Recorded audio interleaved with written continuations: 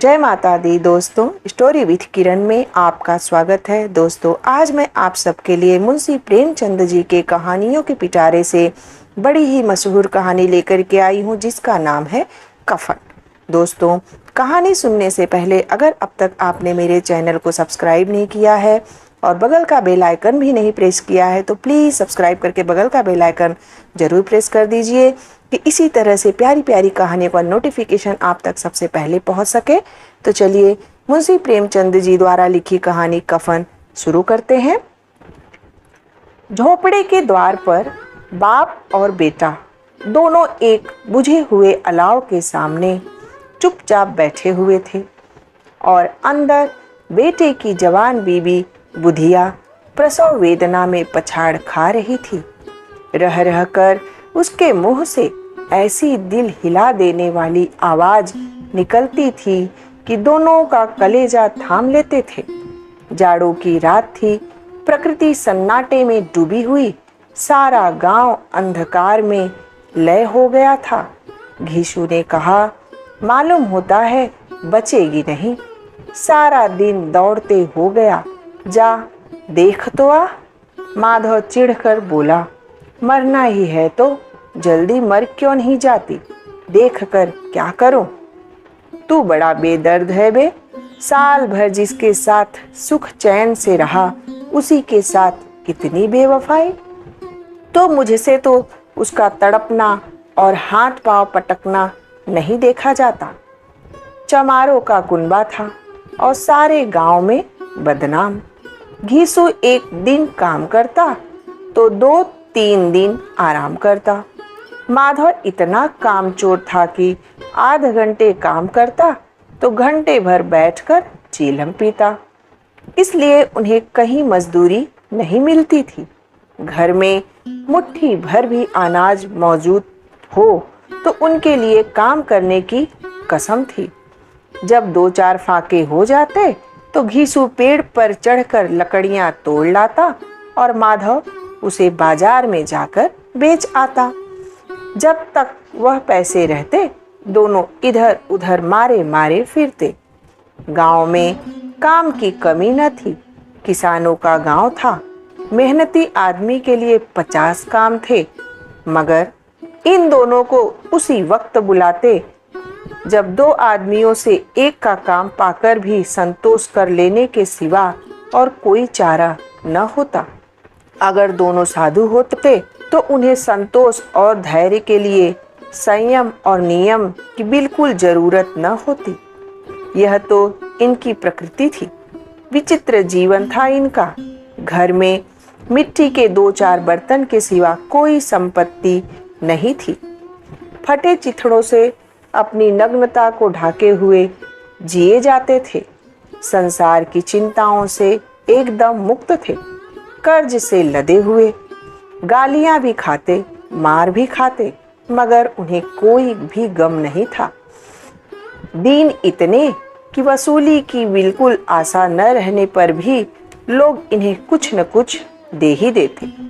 मटर आलू की फसल में दूसरे के खेतों से मटर या आलू उखाड़ लाते और भून भान कर खा लेते, या 10-5 ऊख उखाड़ लाते और रात को चूसते।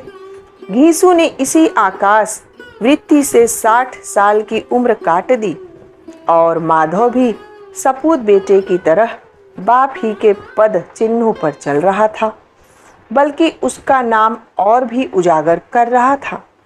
इस वक्त भी दोनों अलाव के सामने बैठकर आलू भून रहे थे, जो कि किसी खेत से खोद लाए थे। घीसू की स्त्री का तो बहुत दिन हुए देहांत हो गया था। माधव का ब्याह पिछले साल हुआ था। जब से यह औरत आई थी उसने इस खानदान में व्यवस्था की नींव डाली थी और इन दोनों बेगैरतों का दोजख भरती रहती थी। जब से वह आई यह दोनों और भी आलसी और आराम तलब हो गए थे, बल्कि कुछ अकड़ने भी लगे थे। कोई कार्य करने को बुलाता तो निर्व्याज भाव से दुगनी मजदूरी मांगते। वहीं औरत आज प्रसव पीड़ा से मर रही थी और यह दोनों इसी इंतजार में थे कि वह मर जाए तो आराम से हम दोनों सोएं। घीसू ने आलू निकालकर छीलते हुए कहा, जाकर देख तो क्या दशा है उसकी। चुड़ैल का फिसाद होगा और क्या। यहाँ तो ओझा भी 1 रुपया मांगता है। माधव को भय था कि वह कोठरी में गया तो घीसू आलूओं का बड़ा भाग साफ कर जाएगा। बोला, मुझे वहां जाते डर लगता है। डर किस बात की है, मैं तो यहाँ हूँ ही, तो तुम ही जाकर देखो ना। मेरी औरत जब मरी थी तो मैं 3 दिन तक उसके पास से हिला नहीं था, और फिर मुझे से लजाएगी नहीं। जिसका कभी मुंह नहीं देखा, आज उसे कैसे देखूं। उसे न अपने तन की सुध होगी न अपने दर्द की। मुझे देख लेगी तो खुलकर हाथ पैर भी न पटक सकेगी। मैं सोचता हूँ कोई बाल बच्चा हो गया तो क्या होगा।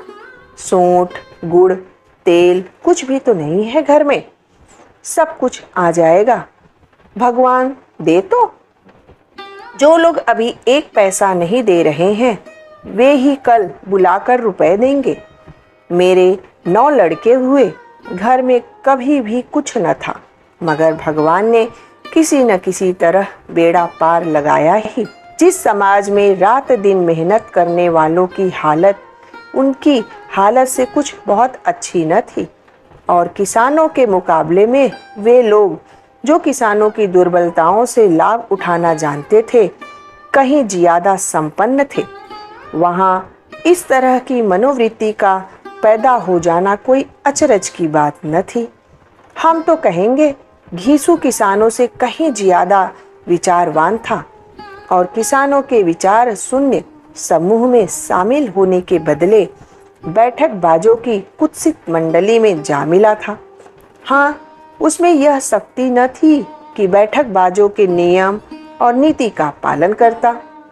इसलिए जहाँ उसकी मंडली के और लोग गांव के सरगना और मुखिया बने हुए थे, उस पर सारा गांव उंगली उठाता था। फिर भी उसे यह तस्कीन तो थी ही कि अगर वह फटे हाल है तो कम से कम उसे किसानों की सी जी तोड़ मेहनत तो नहीं करनी पड़ती, और उसकी सरलता और निरीहता से दूसरे लोग बेजा फायदा तो नहीं उठाते। दोनों आलू निकाल निकाल कर जलते जलते खाने लगे। कल से कुछ भी न खाया था।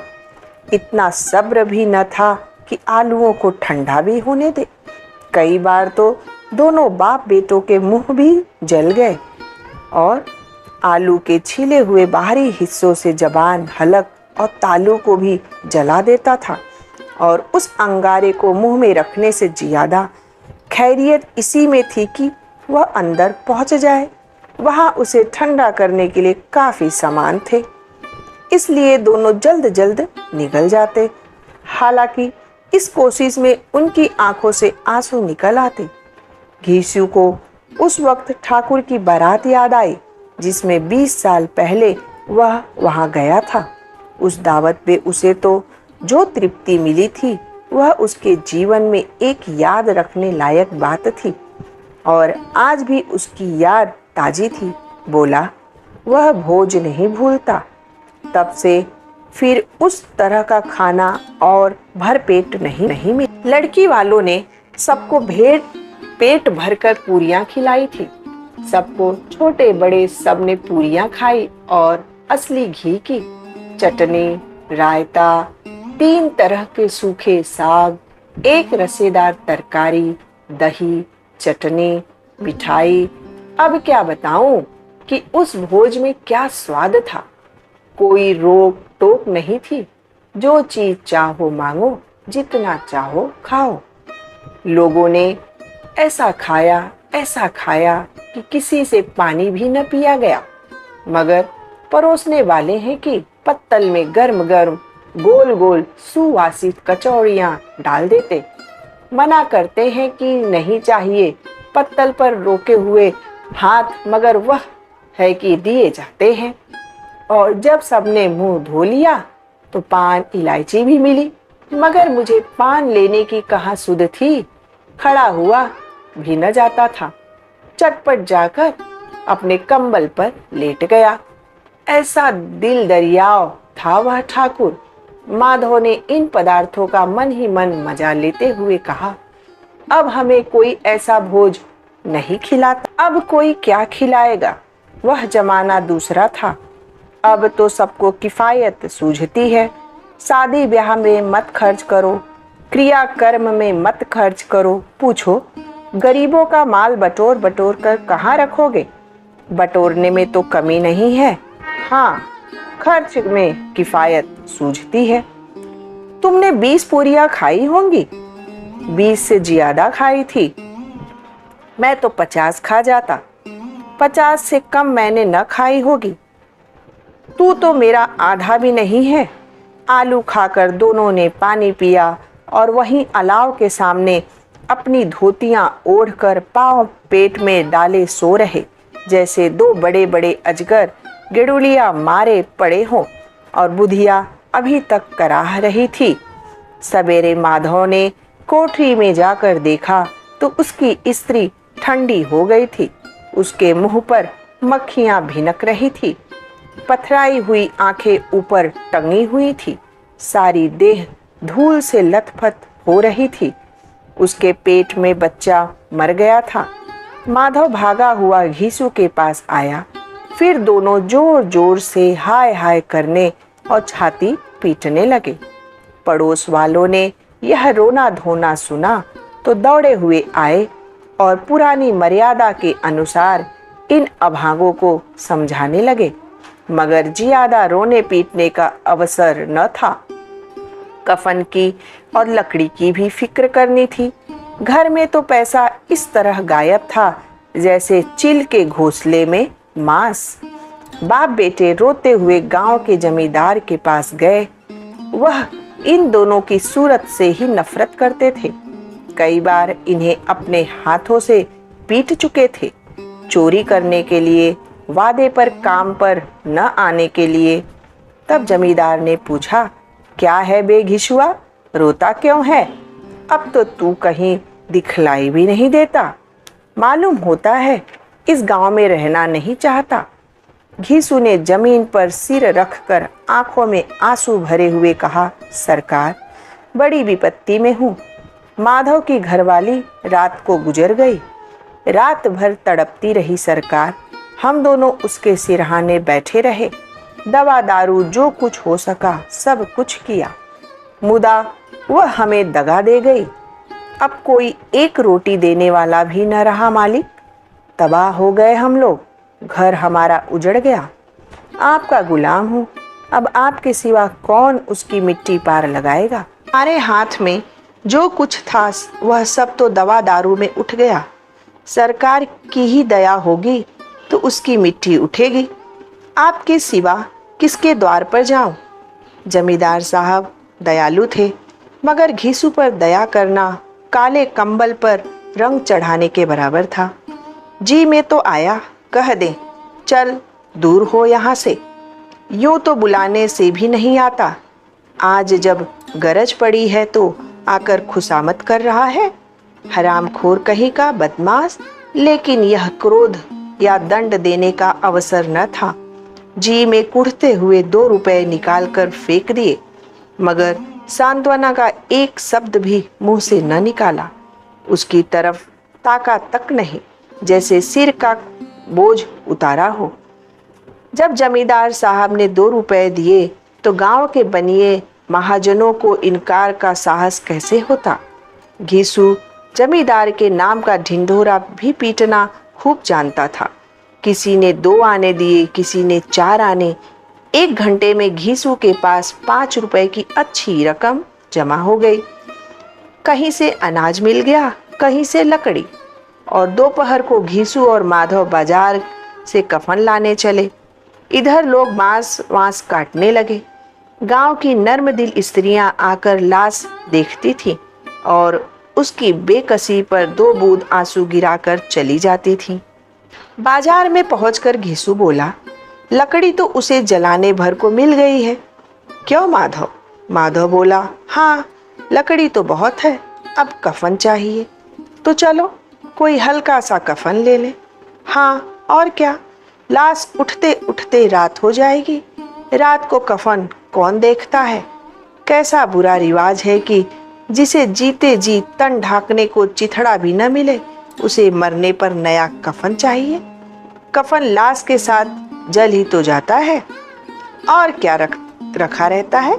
यही 5 रुपए पहले मिलते तो कुछ दवा दारू कर लेते। दोनों एक दूसरे के मन की बात ताड़ रहे थे। बाजार में इधर उधर घूमते रहे। कभी इस बाजार की दुकान पर गए, कभी उस की दुकान पर गए। तरह तरह के कपड़े, रेशमी और सूती देखे, मगर कुछ जचा नहीं। यहाँ तक कि शाम हो गई।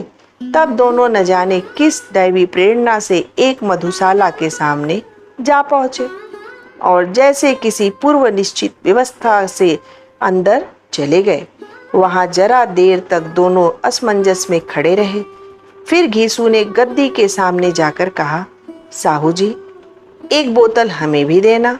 उसके बाद कुछ चिखौना आया, तली हुई मछलियां आई और दोनों बरामदे में बैठकर शांति पूर्वक पीने लगे। कई कुंजियां ताबड़तोड़ पीने के बाद दोनों सरूर में आ गए। घीसू बोला, कफन लगाने से क्या मिलता? आखिर जल ही तो जाता, बहू के साथ तो न जाता। माधव आसमान की तरफ देखकर बोला, मानो देवताओं को अपनी निष्पापता का साक्षी बना रहा हो। दुनिया का दस्तूर है, नहीं लोग बामनों को हजारों रुपए क्यों दे देते हैं? कौन देखता है परलोक में मिलता है या नहीं? बड़े आदमियों के पास धन है, फूके, हमारे पास फूकने को क्या है? लेकिन लोगों को जवाब क्या दोगे? लोग पूछेंगे नहीं कफन कहाँ है? घीसू हंसा, अबे कह देंगे कि रुपए कमर से खिसक गए, बहुत ढूंढा मिले नहीं। लोगों को विश्वास न आएगा, लेकिन फिर वही रुपए देंगे। माधव भी हंसा। इन अनपेक्षित सौभाग्य पर बोला, बड़ी अच्छी थी बेचारी, मरी तो खूब खिला पिला कर। आधी बोतल से ज्यादा उड़ गई। घीसू ने 2 सेर पूरियां मंगाई, चटनी, अचार, कलेजियां। शराब खाने के सामने ही दुकान थी। माधव लपक कर 2 पत्तलों में सारे सामान ले आया। पूरा 1.5 रुपया खर्च हो गया। सिर्फ थोड़े से पैसे बच रहे। दोनों इस वक्त इस सान में बैठे पूरियां खा रहे थे, जैसे जंगल में कोई शेर अपना शिकार उड़ा रहा हो। न जवाबदेही का खौफ था, न बदनामी की फिक्र।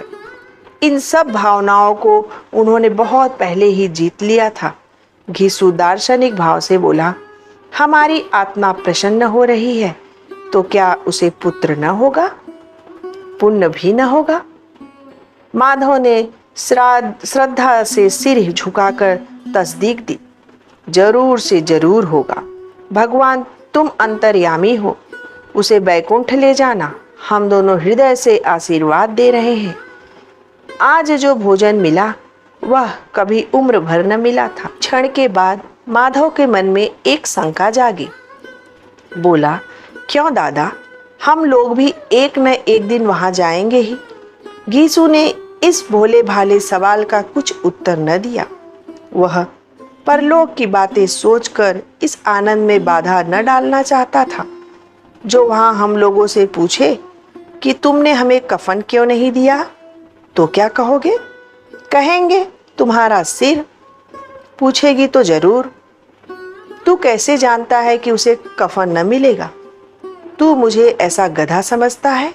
60 साल क्या दुनिया में घास खोदता रहा हूँ, उसको कफन मिलेगा और बहुत अच्छा मिलेगा। माधव को विश्वास न आया। बोला, कौन देगा? रुपए तो तुमने चट कर दिए। वह तो मुझसे पूछेगी, उसकी मांग में तो सिंदूर मैंने डाला था। कौन देगा, बताते क्यों नहीं? वही लोग देंगे जिन्होंने अब की दिया। हाँ, अब की रुपए हमारे हाथ न आएंगे।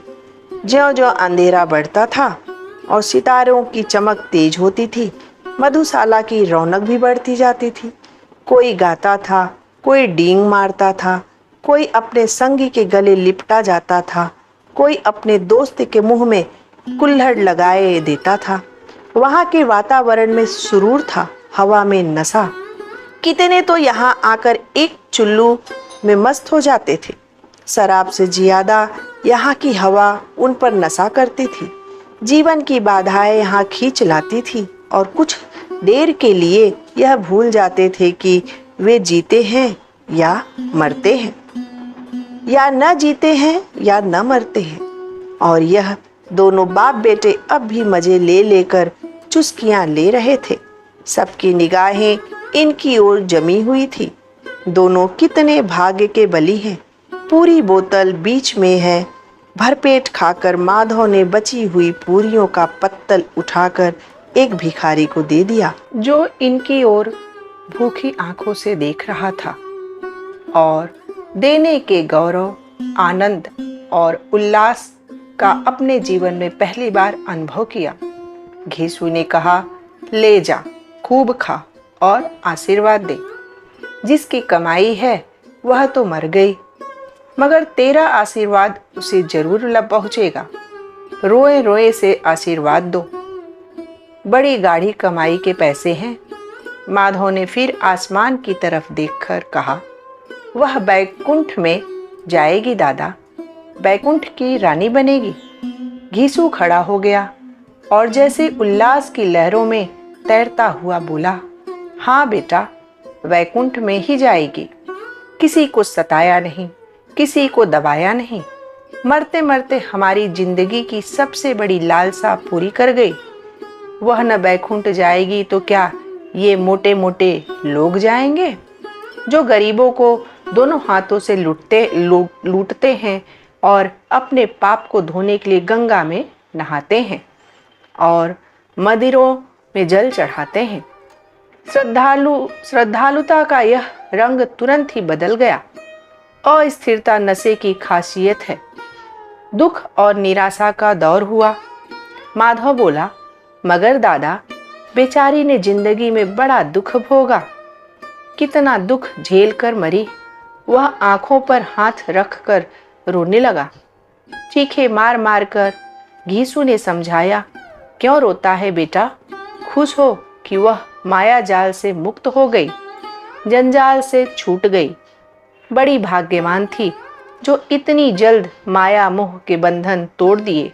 और दोनों खड़े होकर गाने लगे, ठगनी क्यों नैना झमकाए ठगनी। पियक्कड़ों की आंखें इनकी ओर लगी हुई थी और यह दोनों अपने दिल में मस्त गाए जाते थे। फिर दोनों नाचने लगे, उछलने भी लगे, कूदे भी, गिरे भी, मटके भी, भाव भी बताए, अभिनय भी किए और आखिर नशे में मदमस्त होकर वहीं गिर पड़े। तो मेरे प्यारे दोस्तों, मुंशी प्रेमचंद जी के द्वारा लिखी यह कफन कहानी आपको कैसी लगी? अपना फीडबैक कमेंट बॉक्स में देना बिल्कुल ना भूलिएगा। और हाँ, कहानी पसंद आई हो तो अपने फैमिली फ्रेंड में ज़रूर शेयर कर दीजिए। और मुझे आपके सपोर्ट की बहुत ज़रूरत है, इसलिए मेरे चैनल को प्लीज़ सब्सक्राइब करके बगल का बेल आइकन ज़रूर दबा दीजिए और कहानी पूरी सुनिए और अपना फीडबैक देना बिल्कुल ना भूलिए। फिर से मैं एक नई कहानी के साथ अगली वीडियो में मिलूंगी। तब तक के लिए जय माता दी।